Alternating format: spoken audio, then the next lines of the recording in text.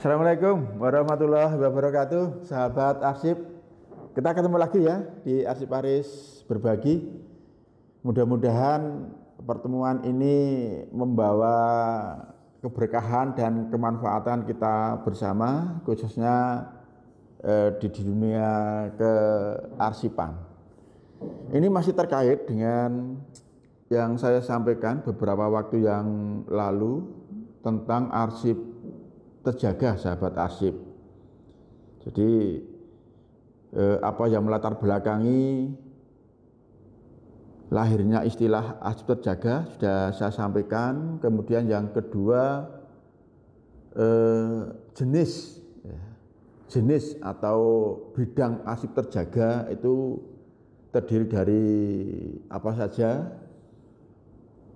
Kemudian apa perbedaan arsip terjaga dan arsip vital, karena memang di tengah masyarakat, di lingkungan teman-teman arsiparis, ada yang berpendapat arsip terjaga juga arsip vital itu, sehingga dianggap sama antara terjaga dan vital, yaitu monggo-monggo saja. Tetapi di pertemuan kemarin saya sudah menyampaikan perbedaan arsip vital dan arsip terjaga, baik dari segi definisi, kemudian nasib akhir, kemudian terkait dengan perbedaannya itu selain definisi, kemudian nasib akhir, adanya pembidangan dan tidak. Ada 5 perbedaan antara arsip terjaga dan arsip vital. Nah, sekarang yang akan saya sampaikan terkait bagaimana kita mengelola arsip terjaga. Seperti yang sudah saya sampaikan di Arsip Aris Berbagi sebelumnya, bahwa tidak semua lembaga, tidak semua instansi itu memiliki arsip terjaga. Karena arsip terjaga itu memang dibatasi, itu terbatas masalah kependudukan, masalah kewilayahan, masalah perjanjian internasional, pemerintahan yang strategis, kemudian kepulauan, perbatasan itu. Tentu tidak semua lembaga punya arsip-arsip tersebut. Yang harus dilakukan pertama kali adalah tentu identifikasi, ya, tentu identifikasi. Maka lembaga kearsipan itu harus melakukan tindakan atau kegiatan dalam rangka penyelamatan arsip terjaga tersebut, harus melakukan identifikasi kira-kira lembaga atau perangkat daerah atau instansi mana yang memiliki arsip terjaga. Ini harus melalui pendekatan fungsi gitu. Dari sekian perangkat daerah yang menjadi kewenangan atau binaan lembaga kearsipan, itu harus diidentifikasi berdasarkan fungsi masing-masing perangkat daerah tersebut itu. Atau terkait kalau di lembaga itu ya fungsi lembaga. Salah satu yang masuk kategori arsip terjaga adalah masalah kependudukan. Nah, sekarang lembaga apa atau instansi apa yang punya fungsi kependudukan, ya, yang punya fungsi untuk melakukan pendataan, untuk melakukan pengurusan, untuk melakukan pengendalian terkait dengan penduduk. Nah, itu di sana pasti memiliki arsip terjaga. Ya. Jadi dilihat dari fungsinya. Kemudian lembaga apa yang punya fungsi terkait dengan kewilayahan gitu. Ya. Apakah itu Dinas Tata Ruang atau Biro Tata Pemerintahan atau Dinas Pekerjaan Umum dan sebagainya. Harus diidentifikasi fungsi-fungsi lembaga itu.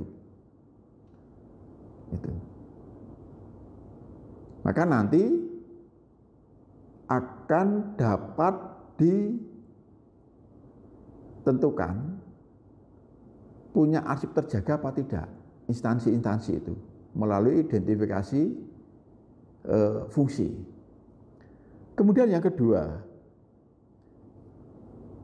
setelah melakukan identifikasi berdasarkan fungsi organisasi, berdasarkan fungsi lembaga, fungsi instansi, ya, misalnya Dinas Kependudukan, dia punya fungsi untuk melakukan pendataan, punya fungsi untuk mengendalikan ya, terkait dengan penduduk, maka terus dilakukan identifikasi terkait dengan arsip-arsip yang dimiliki. Dari sekian arsip yang dimiliki, semuanya terkait dengan kependudukan, tentu tidak semuanya nanti akan menjadi terjaga, menjadi arsip terjaga. Hanya arsip-arsip kependudukan yang strategis saja yang itu masuk kategori arsip terjaga. Nah, setelah diperoleh arsip kependudukan yang strategis itu, ya, lalu dilakukan pemberkasan, ya, dilakukan pemberkasan, itu dikumpulkan, diberkaskan. Ya, arsip-arsip tentang kependudukan tersebut. Ingat yang strategis loh ya, tidak semuanya arsip kependudukan itu menjadi arsip terjaga, tidak, hanya yang strategis. Misalnya yang berkaitan dengan data penduduk itu. Karena arsip kependudukan tidak hanya data penduduk. Gitu. Kemudian setelah diberkaskan, dikumpulkan, baru dilakukan namanya didaftar, ya, dibuat daftar arsip terjaga. Setelah itu langkah berikutnya dilakukan alih media, ya, alih media. Karena kita punya kewajiban untuk menyerahkan arsip terjaga itu ke lembaga kearsipan pusat, ya. Yang diserahkan adalah arsip terjaga yang sudah diautentikasi, yang sudah diautentikasi. Artinya hasil alih media yang diautentikasi itu yang diserahkan. Sedangkan yang asli tetap harus dikelola di pencipta arsip atau di pemilik arsip. Itu. Tentu penyerahannya ke lembaga pusat, ke lembaga kearsipan pusat itu harus disertai dengan daftar, ya, dan berita acara penyerahan arsip terjaga. Itu. Untuk selanjutnya, arsip terjaga yang asli masih tetap di pencipta, kemudian harus dikelola dengan sangat baik. Artinya yang menjamin arsip tersebut mudah ditemukan dan aman.